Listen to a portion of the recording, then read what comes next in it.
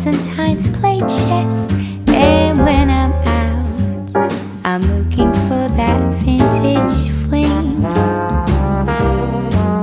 But all complexions that I adore, so hard to find, these seem impossible to score. So I dream on to someday find that vintage love. I kept on looking, but everyone's such a bore. And out of a sudden, you came through the door. At the next table, your whiskey neat. The lights were dimmed as our eyes met, moves on me. And forevermore, I like to share that vintage dream.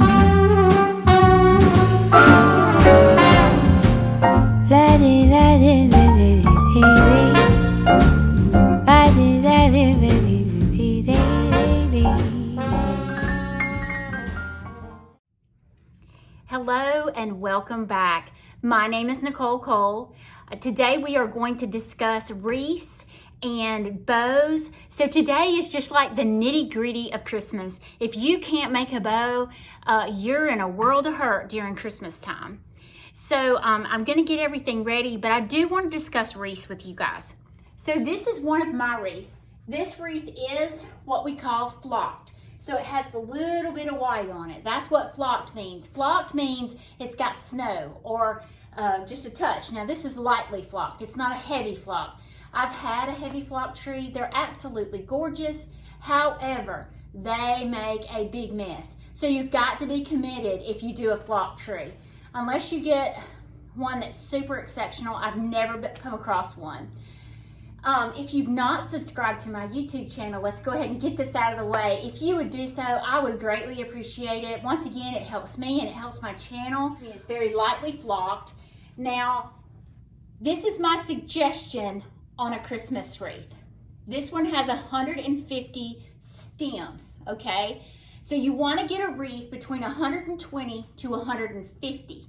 You can go higher. If you go higher, you're going to pay a lot more for it. But just know, the more stems you have, the fuller it is and the better quality it is. So this one is 150. I paid a little bit more for it, but I've had them. Gracious, I've probably had these wreaths for, I would say, at least 10 to 15 years. I've had them that long. I actually bought these in Montgomery at Southern Homes and Gardens.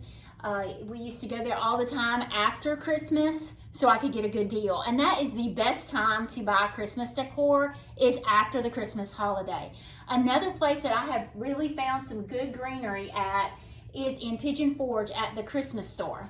Always find a beautiful greenery. But once again, you are gonna pay for it. But you have to understand, if you get a good quality, it's gonna last you a very long time. I have never cleaned these wreaths. I know I watched somebody say that you could clean them. I haven't cleaned mine. Mine are kind of under the eaves of the house, so I don't really have an issue with dirt as much. Now my bows do get dirty. But, so let's talk about bows. I have a very simple piece of ribbon, just red ribbon, okay? And I'll cut it pretty long. You can see that's probably about 2 yards long. It's all the way over here and all the way over here. So what I do is I do this, what I call shoelace bows. So these are very simple. They don't have a lot of loops to them, and you don't really have to have a wire because you're using your wreath. And it actually kind of protects the ribbon a little bit, and it doesn't squinch it as bad as a little tiny wire will. Sometimes even your wire will actually cut into the ribbon. So I normally use the wreath as my holder for my bow. So this is very simple. This is a shoelace bow. Let me see if I can do it backwards for you all. So there's the back of the ribbon, okay? So here's the front and here's the back. The front is the more velvet side and the back is the kind of silky side. So I'm just gonna fold this over, and you've got a loop, and Bear's gonna eat as I'm talking on the video. But so you've got, so I'm just gonna take this and put it together and then squish it together like that. This is what I call a shoe tie or shoe bow. So, shoelace bow. I'll get it straight in a minute. And I just take my garland on my wreath and I wrap it around it. Then at that point, you can fluff it out, turn your ribbon where all of it's facing forward, and these are very pretty. You can do these on your Christmas trees. You can do these pretty much anywhere. I love these because they're so simple. A lot of people even, they'll do what they, like a saggy one, and you can take that, make your hole bigger. So I'm gonna do it backwards so y'all can see. Group it together, and I'll show you what they do. So they'll take it and pull it down like this. Now, let me tell you, you could even do another bow just like this, turned upside down on top of that. I wish I had some more ribbon and I would show that. Well, I could use it. So I have this ho-ho-ho ribbon. That's the front, that's the back. So I'm gonna do another bow just like that one, maybe a little bit bigger because this is bigger. I've made my circle and gather it together. So I could just take that and put it above the one that we just made, right? And it is really pretty with two different kinds of ribbon.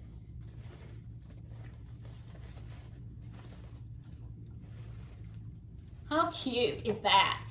So you can do this. This is very simple bow. Shoelace bow.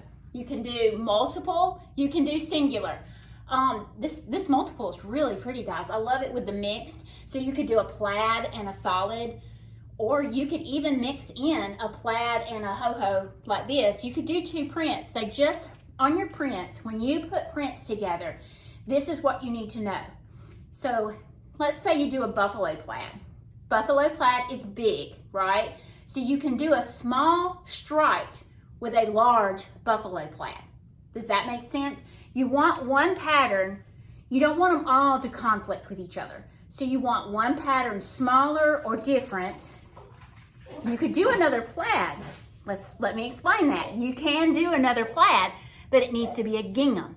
There's a difference between gingham and buffalo. What I was saying is buffalo plaid and gingham is very different. So you can see the buffalo plaid here behind me. Buffalo plaid is big. Gingham is small. So you could use a black and white buffalo, and a tiny black and white, red and white, green and white gingham, and it probably would look good. You could use this with buffalo plaid because it's a totally different print. So you can mix prints together. You just got to be careful of the size of the print and the size of the prints between the two. Does that make sense? So this is a shoelace bow, very simple. Let's try a bigger bow, and I'm gonna use my wreath.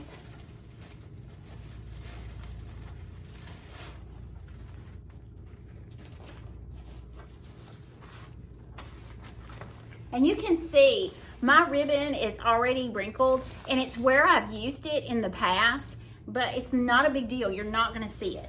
So when I make a bow, I leave about that much for the tail, okay? And then I start my bow.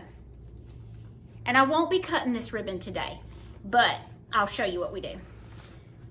All right, so you see how I did that? So I folded it over, I gathered it together, and I flipped it. Now, why did I flip it? I flipped it because I want the front side to show. So I'm gonna continue that concept. I'm gonna go and I'm gonna turn it over again, and you're gonna continue to stack it.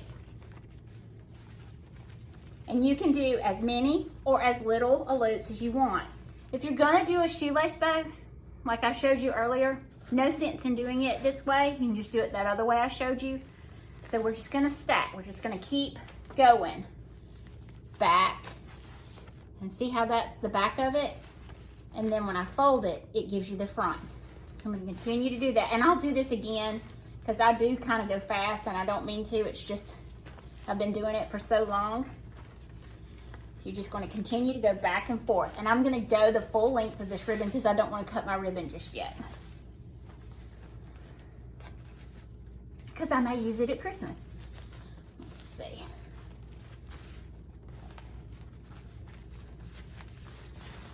All right, I'm just going to leave this tail long. I could even take this bow that I made and put it in there to give solid color tails. Now, where my thumb and my finger is, I'm going to open the wreath up.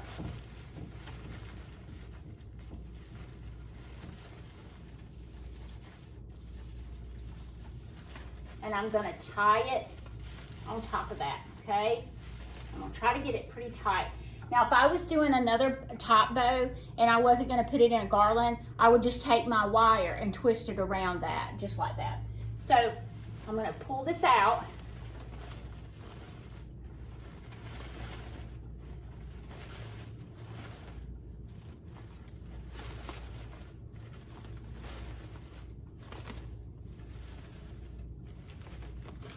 And I know this one's long, but let's just kind of tuck it up in there.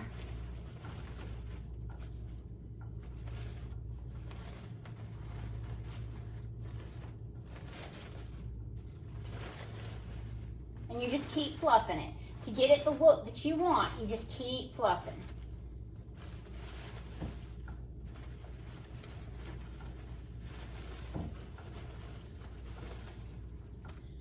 See that? How cute. And I could turn it to the side if I wanted it more to the side, which would be really sweet. But how easy was that bow? All right, we're gonna do it again, and I'm gonna do it slower so y'all can see it, okay? I'm gonna try to do it slower. And I won't put the red in this time. All right.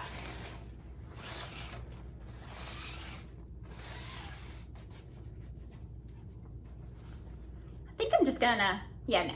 All right, so you've got your tail, you've got your loop, you're gonna push it together, and that, you're looking at this.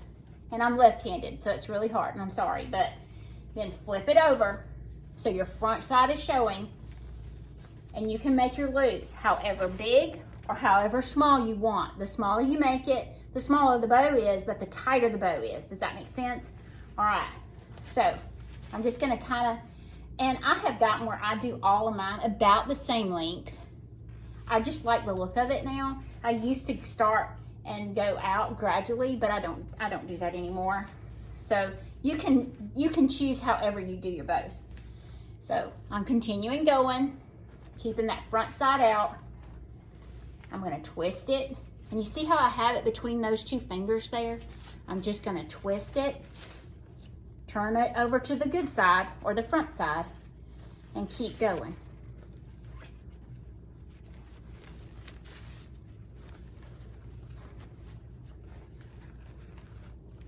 Put it between those two fingers, and I'm gonna twist it over.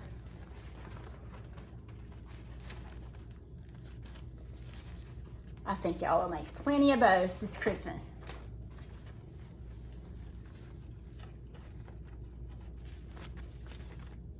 Two fingers, twist. And if y'all need to rewind and replay, that's the good thing about YouTube. You can just keep replaying it. Turn it over.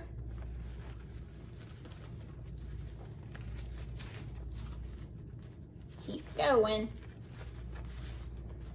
And the longer you do this, the better you'll get at it. So I made my streamers a little short this time.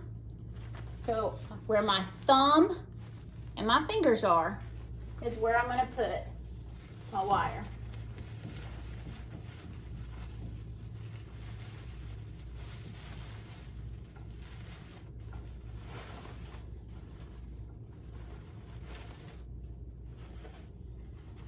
Pull it out.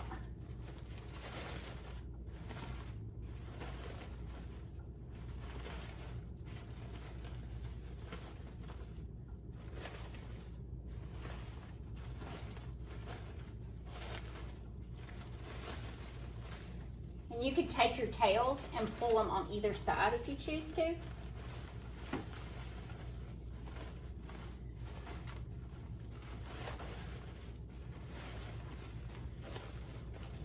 Just keep working with it till it gets the look you want.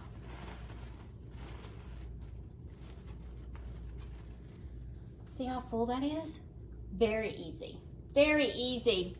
All right, another suggestion for you all on wreaths. Try to find you some good long stems. Let me show you why. So when I make my wreaths, I use good long stems, and the reason I do is where I can bend this over and just tuck it into